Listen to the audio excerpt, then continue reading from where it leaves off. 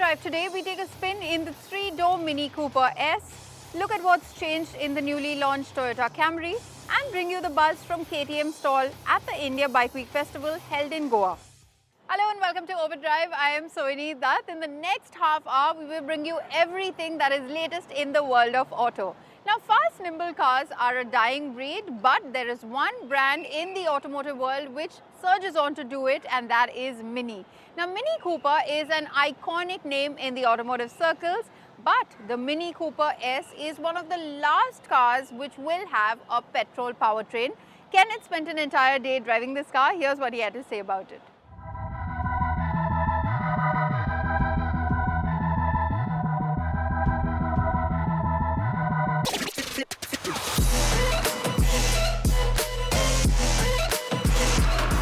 Very few cars scream British opulence in the most obvious way. You have the Rolls-Royces and the Bentleys, but come to think of it, Britain, just like India, has tight city roads. That's where this comes in. Now, it's pretty debatable as to whether Mini is still British or is it considered German now, but I think that's a topic for another day. Today, we're here to find out if this 2024 Mini Cooper S still drives like one of its predecessors, because let's face it, a Mini has always been a driver's car.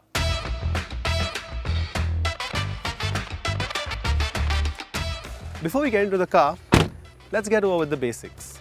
The Mini Cooper has grown up. It's gotten evidently larger over the generations, but the essence remains the same.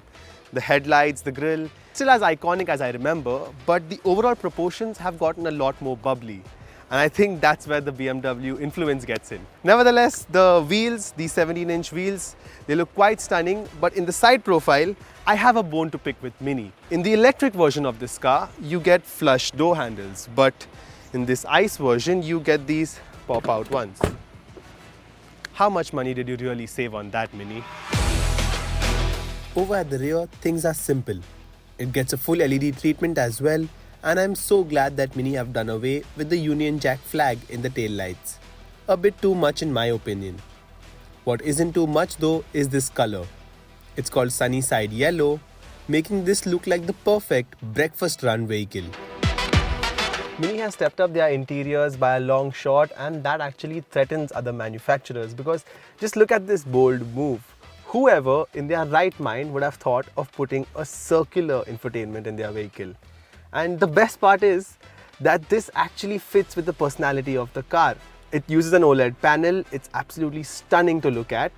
The menus are laid out very well, and it's very easy to use on the move. For that matter of fact, you don't even get instrumentation for the driver. All you get is a head-up display, because everything is buried into the screen. It might be a little off-putting to look at the speed every time if you look in the middle, but it's fine. It works really well.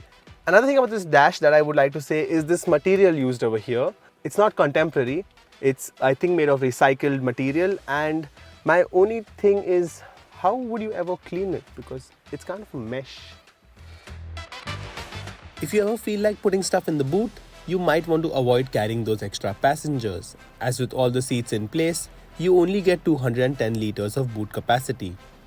It's only when you fold down the 60-40 split bench can you access the full 725 liters of space. Now, let's get to my favorite part.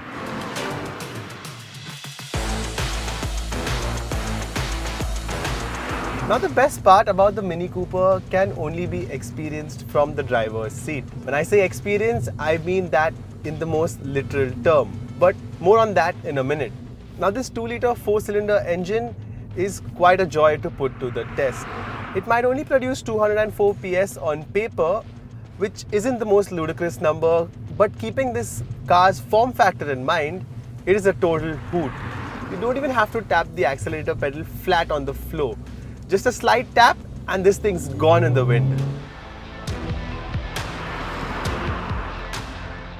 The Harman Kardon sound system serves a very important role in this powertrain, and that is pumping in engine noise into the cabin.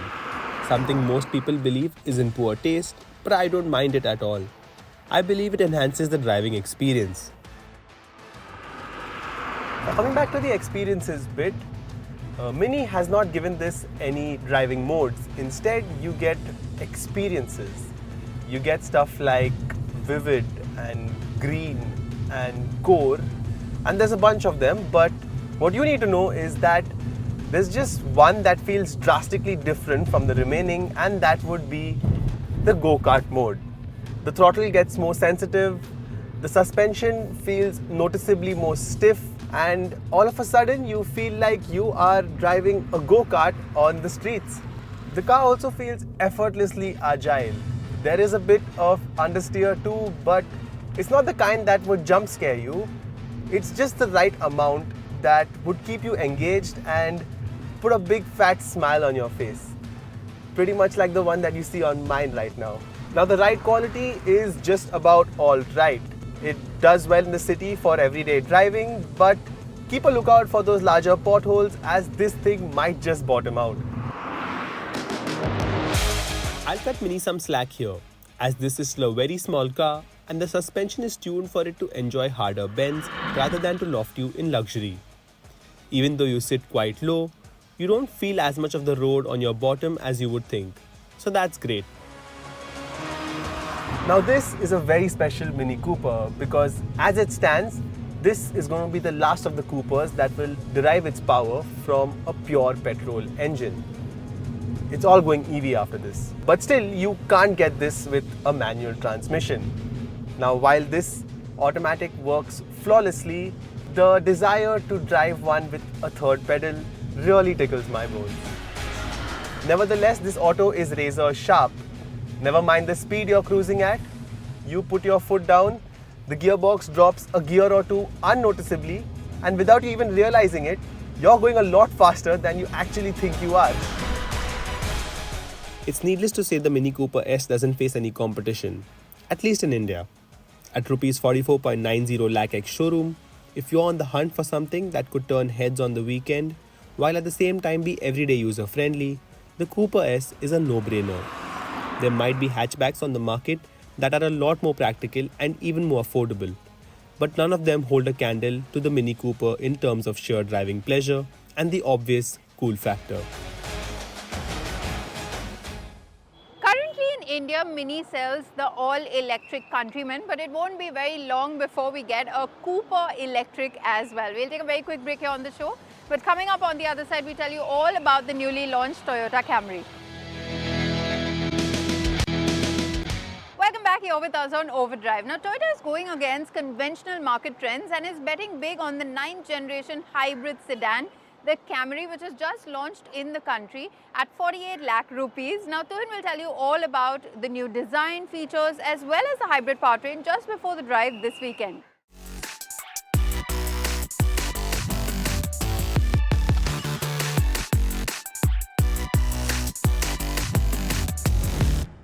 So now as you can see, dimensionally it hasn't changed all that much. In fact, the underlying architecture also is very similar to the last model. But what you do get is much sharper styling. You have these very sharp new headlamps with this C kind of signature. Here you also have ADAS now. You can see it with the camera, and the sensors very neatly integrated into here. And a much more aggressive look with this really large air dam. Now the engine is, or the hybrid powertrain is completely new. It's the 5th generation unit as Toyota calls it. So what that means is the battery is now a lithium-ion pack and it's sharper, more efficient in its responses and so on. I'm sure torque has also gone up. We still don't have all the figures. So yeah, that is what has changed with the engine. Also, there's been an increase in fuel economy as well. It now returns 25 kmpl. Now, as you can see, the cabin itself has changed quite a bit, but it still has that mix of toughness, that functional feel that you want from a Toyota with that slightly luxurious edge that you always find in a Camry. But with this horizontal layout, it's become a bit more like a luxury car than the last version, although I must say that this surface here is soft, this is soft as well. But again, these air vents, they have a nice hefty feel to them. You still have chunky hard buttons for most of the controls as you want in a Toyota. Same with the buttons here for the drive modes and so on. So yeah, and again, the plastics here have that slightly rugged feel to them. So again, yeah, you do notice, it's a familiar feeling cabin in terms of how you want from a Camry, but Toyota has really gone to town with the features. Yes, you only have a single pane sunroof, but that's pretty much the only drawback that I can see, because what you do get is a head-up display two new 12.3-inch screens. Now the screen, we'll get into it later when we drive the car, but it's pretty much the latest that you can find in any Toyota or Lexus. So it works reasonably well. Like I mentioned, there's a head-up display. Now there's a fully digital display, not the part digital kind of thing that the old one had. You have a 10-way adjustable seat for the driver. You have 3-zone climate control. You have ventilated seats, a wireless charger. It's also comfortable now. I have big supportive seats. The cushioning is pretty decent and good amount of storage. The door pockets, they're quite large. You have a big storage bin here. A big space to keep your stuff here. 3 Type-C charge ports. So in that regard, it's really quite well equipped. And also this is something you don't see very often in cars of this price point, but there is also a powered steering adjustment. It's really quite a rare feature. Now a big part of the Camry's appeal is the backseat. That's pretty much the top reason you might want to buy one, and that experience hasn't changed. In fact, again, like the rest of the car, they have tried to enhance it. Yes, these hard plastics here, they don't quite feel in the right place for a 48 lakh rupee car, but other than that, the kind of comfort that I have, especially with the cushioning of the seats, the way they cocoon me, they're really quite comfortable. And just look at the kind of space I have, even headroom, even with this being a sedan with that more exaggerated coupe-ish roof line, I still have a decent amount of headroom. But yeah, this is a comfortable space, especially if you're traveling 4 people together. And then again, here you do have a good set of amenities. You have 2 Type-C chargers here. You have the seat controls for the Boss function, and you have these sunshades and the controls for the rear sunshade, the 3rd climate zone, and you can control the seats from here. All of those things, the music system control. So this is quite a nice, luxurious experience for the money. Now, yeah, you have a central tunnel, so 5 people here will probably be a slight issue, but yeah, this is what the back seat of the new Camry is like. Now, as you can see, it also looks quite different from behind. You have this a more sloping roof. It gives it that slightly coupe-ish design, and then you also have a more prominent spoiler kind of shape to the boot, which is pretty nice. And the C elements that we saw from the front, that's also here, especially these sort of blank areas within it. They make the car look much more modern than earlier. Now in terms of the boot, this is how big it is. It's still pretty spacious, looks like it's over 500 liters, and there is a spare wheel underneath this. Now the wheelbase of the Camry hasn't changed with this generation because, like I said, the overall architecture is the same, and the wheel sizes are also still the same at 18 inches. Now we don't have the official ground clearance figure yet, but it should be about 140, 150 mm. Now bookings for the new Camry have already begun and deliveries will start soon. Well, don't miss next week's show as we tell you all about how the Camry feels like to drive on our Indian roads. We'll take a very quick break here on the show, but coming up on the other side, we'll tell you all about the KTMs that were showcased at the India Bike Week held in Goa. Welcome back, you're with us on Overdrive. Now, the India-spec KTM 390, Adventure S and the Enduro R motorcycles were on display at the India Bike Week held in Goa, and both these motorcycles blend the local features with global performance. Rohit brings you all the details.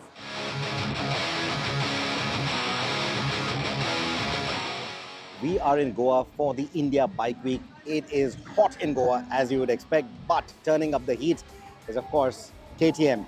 They have their entire lineup here. What we have here, what is of interest to us is this. This is the new KTM 390 Adventure S. The S is what will be the range topper for the Indian market. So that stance is the main deal here that's going to instantly tell you this is the new 390 that you're looking at. Of course, that also means that it is going to get the larger engine from the new 390 Duke. Now, power and torque output figures are still under the wraps. KTM has still not told us what these are. Expect a power output of close to 47 bhp, or maybe even uprated to a little higher than that. And what you also see that compared to the KTM 390 Enduro R that we saw, the suspension is going to be different. You're going to get the WP Apex, whereas on the other one we saw the WP Explore. What you are still going to get, however, is a setup that gives you a 21-inch front. So they're not skimping on that, and these will be spec'd with tubeless spoke rims. The rear is going to be a 17. It's a 130/80/17. And the front, like I said, is going to be a 21-incher. Now, what you're also getting here is this high-rise fender and then you have that tower style arrangement for the headlights. So you get your two beams, you get the LED DRLs right here, and then you get this really tall windscreen, which I think should be really great even for those who are purely looking at touring. This should give you good weather protection. It's also got these cuts on the side, which should also give you enough ventilation, but at the same time good weather protection as well. You see the LED turn blinkers in here. You also see these hand guards that have been installed, not properly installed yet, but fine. Now the switchgear is again something familiar. We've seen that on the 390 Duke, but the cruise control is something new for us. So you see the switchgear right here for the cruise control. So that's good news again for people who want to go touring. The screen, if my memory serves me right, is again similar to what we've seen on the 390 Duke. You get a USB-C charging port right on the side. So again, if you want to mount something here or mount something on top, you should be able to do that. Mounting brackets is going to be very easy. I'm sure there'll be a lot of aftermarket options. So even if you want to have your own GPS or maybe mount your phone and then charge it through this, again, very nicely placed, very nicely thought of. Now the seat height. Again, like I said, we don't have the specs yet, but it is pretty tall. And let me quickly show you what it looks like when I get onto the motorcycle. So standing and riding shouldn't be a problem at all. You are able to nicely grip on very easily. The seat has been designed that way, and it's a very slim profile that you get here. So standing and riding shouldn't be a problem at all. And in terms of absolute ergonomics, I'm getting both my feet flat on the ground. So no problem there either, getting both my feet absolutely flat on the ground. I'm 5'8" for reference, so even there it shouldn't be a problem either. Riding ergonomics seem absolutely comfortable. The overall riding posture seems nice and upright, so you should be good in that sense. In terms of the tank capacity, I'm guessing it's going to be between 17 to 18 liters. It's up from the 390 Duke, of course, up from the outgoing 390 Adventure as well. So that is going to be the other additional bit. Now, in terms of the suspension, you will see that you get adjustability for the monoshock. You also get adjustability for the forks, which is, again, a good news for people who want to look at an all-rounder from KTM. So, quite impressive. I quite like it. And now waiting to ride it. When will that happen? I'm told it might happen as early as January 2025.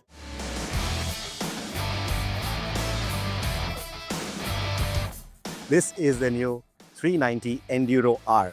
We obviously showed it at the EICMA. Let's quickly have a look at it again because this has been confirmed for India. It is coming to India. So how is it different than the 390 Adventure? Now the 390 Adventure S is going to be the top of the line model that will come to India. You see that bike right there. So the common elements are obviously going to be the tail lights, the indicators, not the headlights, but the switchgear. The headlight obviously is much smaller than this, but the switchgear is going to be different. The TFT or the little instrumentation is going to be different. I'm not sure if it's a TFT or if it's just going to be like a normal LCD. But yeah, the switchgear is going to be pretty similar. This, however, is different because here is what here you get what really matters. So this is going to be a joystick, a 4-way joystick for obviously controlling things over there. And then you also get this ABS switch because that is something that you will need more often than not on a motorcycle like this. The handlebar is obviously going to be shorter as well. We are looking at a similar tank, if I'm not wrong. I think this is going to be similar, but might just be smaller in capacity. I'm not very sure, but the design is very similar. You also get this one-piece seat. So ergonomics are going to be completely different on this motorcycle compared to the 390 Adventure S. Now we are also looking at different tires and wheels. These are still going to be tubeless wire spoke wheels, but you are getting a 140/80/18 tire on this one. And at the front, you're going to see a 21-incher right here, and that is still going to be a 90/90/17. Now, in terms of the engine, now there were reports that this might just use the older 390's engine. That's not true. This is still going to use the new engine itself. And here's a quick proof of that. You see the 398.63cc, that is from the new 390 Duke. This is again a model year 2025 engine. It's ready for production. It's ready to hit the road. How soon? Well, as soon as Jan or Feb. I don't know if the Enduro will come immediately. The Adventure S is definitely coming earlier, is what we've heard. And Enduro might just follow later. Now, in terms of the suspension, you get the WP Apex suspension. Again, something that we saw on the Adventure. The suspension travel might be a little different. And you get adjustability for the front and for the rear. Now, the rear monoshock, again, an offset monoshock like we've seen on the 390. And let me just quickly get onto the motorcycle and show you. So this is what your riding posture is going to be like. Moving front and back shouldn't be a problem at all. Again, a narrow profile like we saw on the Adventure, so that shouldn't be a problem either. But like I said, it's road legal. You also get a USB-C port right here for when you want to maybe just put your phone for navigation or your GPS for navigation, because you're probably going to be going to the unknown. Now, in terms of the bodywork, it still has that enduro bodywork. It still has a more forward-leaning stance. It's not that vertically upright stance that we saw on the Adventure.